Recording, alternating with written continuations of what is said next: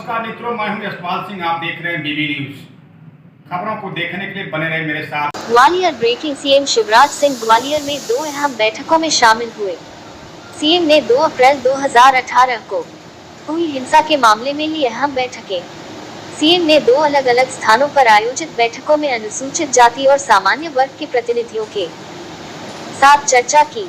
बैठक को लेकर सीएम ने कहा कि आज सामाजिक समरसता के नए युग का प्रारंभ हो रहा है। सीएम ग्वालियर चंबल संभाग में दोनों समाजों ने इच्छा प्रकट की है कि समाज में खाया नहीं रहनी चाहिए। सीएम मां के दूध में दरार नहीं डालनी चाहिए, दिलों को एक होना चाहिए। सीएम ने कहा कि 2 अप्रैल 2018 को दुर्भाग्यपूर्ण घटना से जो वैमनस्यता पैदा हुई थी, समरसता टूटी थी, उस खाई को समाप्त किया जाए। सीएम उस समय दोनों तरफ से कई प्रकरण बने थे, दोनों पक्षों ने प्रकरणों को वापस लेने की मांग की है। सीएम ने कहा कि आज मेरे मन में एक संतोष है कि हमारा समाज टूटेगा नहीं, हम मिलकर साथ चलेंगे और इस दिशा में सरकार पूरी गंभीरता से कदम उठाएगी। सीएम 2 अप्रैल 2018 को एट्रोसिटी एक्ट में संशोधन के खिलाफ आंदोलन हुआ था, जिसमें भारत बंद के दौरान 2 पक्षों के बीच विवाद के बाद जमकर हिंसा हुई थी, जिसमें पूरे ग्वालियर चंबल अंचल में हिंसा के दौरान 7 लोगों की मौत हुई थी।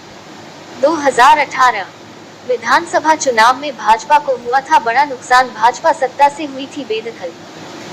2023 विधानसभा चुनाव से पहले सीएम शिवराज सिंह, केंद्रीय मंत्री ज्योतिरादित्य सिंधिया, केंद्रीय मंत्री नरेंद्र सिंह तोमर के संयुक्त प्रयास से हुई बैठक में प्रभारी मंत्री तुलसी सिलावट, मंत्री प्रद्युमन तोमर, मंत्री ओपीएस भदौरिया, सांसद विवेक नारायण शेजवलकर, बीज निगम अध्यक्ष मुन्नालाल गोयल, लघु उद्योग निगम अध्यक्ष इमरती देवी सहित भाजपा के बड़े नेता मौजूद रहे।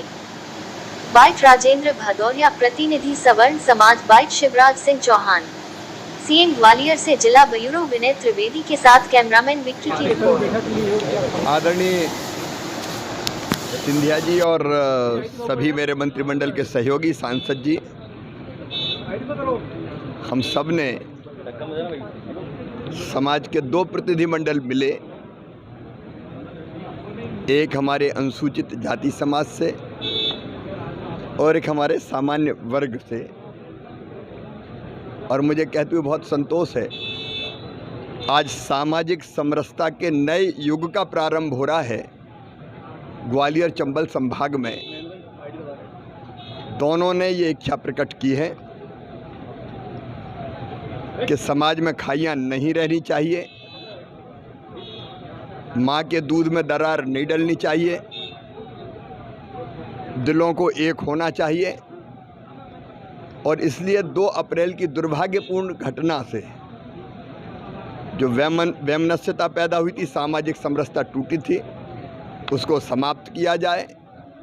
और उस समय कई प्रकरण बन गए थे दोनों पक्षों पर, उनको वापस लिया जाए। मैं समझता हूं कि आज मेरे मन में एक संतोष है कि हमारा समाज टूटेगा नहीं, हम मिल के साथ चलेंगे और इस दिशा में सरकार पूरी गंभीरता से कदम उठाएगी। का बयान सामने आया, वो कह रहे हैं 6 महीने पहले सीटों पर आपके मंत्री विधायक रही, और क्या आगे क्या हल निकलेगा इसका? आज हमने 2 प्रमुख बिंदु रखे थे। एक तो जो 2 अप्रैल 18 को घटना हुई थी ग्वालियर में, आरक्षित वर्ग और सामान्य वर्ग, तो ये निवेदन किया है माननीय मुख्यमंत्री और माननीय केंद्रीय मंत्री ज्योतिरादित्य सिंधिया जी से कि दोनों पक्षों के केस वापस होना चाहिए। कुछ आज असामाजिक तथ्यों की वजह से जो ग्वालियर का वातावरण उस समय खराब हुआ, न उस पक्ष में लोग चाह रहे थे कि ये घटना हो, ना हमारे पक्ष के लोग चाह रहे थे, लेकिन एक क्रिया की प्रतिक्रिया हुई, घटनाएं हुई। तो एक तो यही निवेदन किया है कि जो 2 अप्रैल के केस हैं किसी पे भी लगे हों वो वापस होना चाहिए। दूसरा क्या है कि हमारे 4.5 लाख कर्मचारी हैं, मैं कर्मचारियों का भी नेता हूँ, तो कर्मचारियों की पदोन्नति 6 साल से बंद है।